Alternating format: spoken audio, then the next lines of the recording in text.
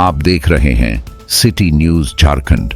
लोहिया समता उच्च विद्यालय के प्रांगण में सोमवार को प्रखंड स्तरीय कृषि मेला सह प्रदर्शनी का भव्य आयोजन किया गया। कार्यक्रम का शुभारंभ जिला कृषि पदाधिकारी खुशबू पासवान, कृषि वैज्ञानिक डॉक्टर महेश चंद चेराई, प्रखंड प्रमुख चंद्रावती देवी, मुखिया प्रमोद कुमार, मुखिया सुगा शाह, मनोरंजन प्रसाद गुप्ता एवं विधायक प्रतिनिधि सुरेश कुमार ने संयुक्त रूप से दीप प्रज्वलित कर किया। इस मौके पर बड़ी संख्या में किसान उपस्थित रहे और विभिन्न कृषि स्टॉलों का अवलोकन किया। जिला कृषि पदाधिकारी खुशबू पासवान ने कहा कि ऐसे मेलों का उद्देश्य किसानों को उन्नत तकनीक, बेहतर बीज और सरकारी योजनाओं से जोड़कर उनकी आय में वृद्धि करना है। कृषि वैज्ञानिक डॉक्टर महेश चंद्र जरई ने जल संरक्षण, टपक सिंचाई योजना, फल एवं मशरूम की खेती से उत्पादन बढ़ाने पर जोर दिया। मेले में 280 किसानों ने पंजीकरण कर फसलों की प्रदर्शनी लगाई, जिनमें से 50 किसानों को पुरस्कार देकर सम्मानित किया गया। चयनित किसानों को कृषि उपकरण और 12 किसानों को 90% अनुदान पर मोटर पंप वितरित किए गए। केतार प्रखंड के किसानों के लिए किन किन चीज़ों पर विशेष ध्यान देना है? देखिए, केतार प्रखंड जो है गढ़वा जिले का सबसे पश्चिम भाग में है और हम जानते हैं गढ़वा में जो मानसून काफ़ी कम हो जाता है और इस कारण से यहाँ सबसे ज़रूरी चीज़ है कि जल संचयन का बहुत अति आवश्यक है। और जल संचयन के लिए हम लोग जो है सरकार की योजनाओं जैसे पर ड्रॉप मोर क्रॉप की एक योजना जिसमें टपक सिंचाई विधि के द्वारा खेती करें तो किसान भाई को और अधिक लाभ प्राप्त कर सकते हैं। दूसरा चीज़ मैंने देखा कि यहाँ पे जो काफ़ी शुष्क क्षेत्र है और शुष्क क्षेत्र में ड्राईलैंड हॉर्टिकल्चर, बेल की खेती यहाँ बहुत अच्छे ढंग से हो सकती है, बेर की खेती बहुत अच्छे ढंग से होती है, कस्टर्ड एप्पल की खेती बहुत अच्छे ढंग से, आंवला की खेती बहुत अच्छे ढंग से। तो किसान भाई इस ढंग के शुष्क जो बागवानी कहते हैं उसकी ओर आके बढ़े ताकि बहुत अच्छे ढंग से उसका फायदा उठा सके। दूसरा चीज़ मशरूम कल्टीवेशन भी यहाँ पे महिलाएं कर रही हैं।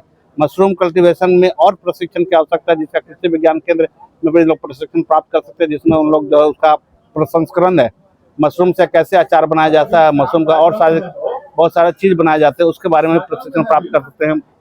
मशरूम में बहुत सारे मशरूम है, बटन मशरूम के अलावा भी जो है अब मिल्की मशरूम है उसकी खेती कर सकते हैं, क्योंकि ड्राईलैंड में चाहे जब तापमान बढ़ जाता है तो मिल्की मशरूम का भी खेती हो सकता है। तो ऑयस्टर का मशरूम यहाँ पे लोग सीख गए हैं, मिल्की मशरूम का खेती भी कर सकते हैं। और भी चीज़ बहुत है, सरसों की खेती देख रहे हैं कि इस जगह पे बहुत अच्छा है।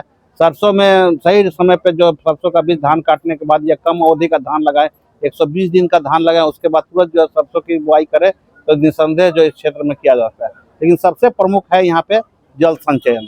जल संचयन चूँकि हमारा गढ़वा जिला का जो जल जो है, जो वर्षापात जो है धीरे धीरे कम होता जा रहा है। 5 वर्ष में जहाँ 1200 मिलीमीटर वर्षा होते थे वहाँ 950 मिलीमीटर वर्षा हो रही है। तो जल संचयन और केतार प्रखंड को तो जल संचयन बहुत अति आवश्यक है, क्योंकि ये सबसे पश्चिम भाग में है।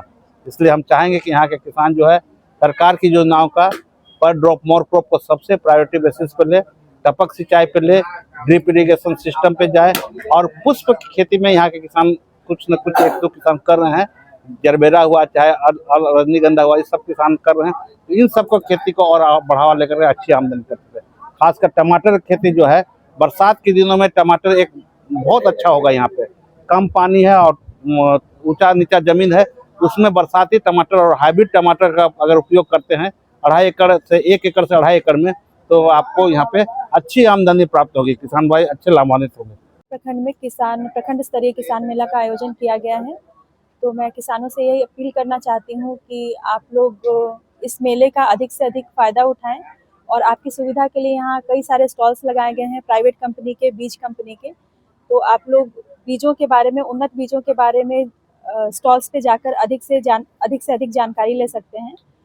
और इसके अलावा आपको यहाँ परिसंपत्ति वितरण में भूमि संरक्षण कार्यालय के द्वारा परिसंपत्ति का भी वितरण किया जा रहा है, जिसमें 90% अनुदान पर आपको पंप सेट का वितरण किया जा रहा है। और मैं किसान भाई बहनों से यही अपील करना चाहूँगी कि आप लोग विभाग की योजनाओं से ज़्यादा जुड़ें। समय पर खाद और बीज नहीं हो पाता है, इसके बारे में क्या कहें? जी नहीं, इस बार से हम लोग समय पर बीज हमने उपलब्ध कराया था यहाँ पे। फिर भी होता है कि जो ट्रांसपोर्ट का समय लगता है उसके वजह से समय पर बीज आने में थोड़ा टाइम लगता है, लेकिन हम लोग कोशिश कर रहे हैं कि इसको और जल्दी हम लोग आगे की कार्रवाई करेंगे समय पर बीज उपलब्ध कराने के लिए। और जहाँ तक खाद की बात है, तो जो खाद की आपूर्ति हमें होती है अपने ज़िले के लिए, तो मैं रेगुलर डायरेक्टरेट में भी इस बात को रखती हूँ। अगर हमारे पास शॉर्टेज होता है यूरिया का। तो लेकिन मैं किसानों से भी यह अपील करना चाहती हूँ कि आप लोग यूरिया पे डिपेंडेंट पूरा मत रहें। आप लोग इसके अलावा जैसे प्राकृतिक खेती है या फिर अदर जो प्रैक्टिसेस हैं जिससे हम लोग यूरिया की आपूर्ति को कम कर सकते हैं अपने खेत में, यह हमारे सॉइल के लिए या हमारे मृदा के लिए भी अच्छा रहेगा।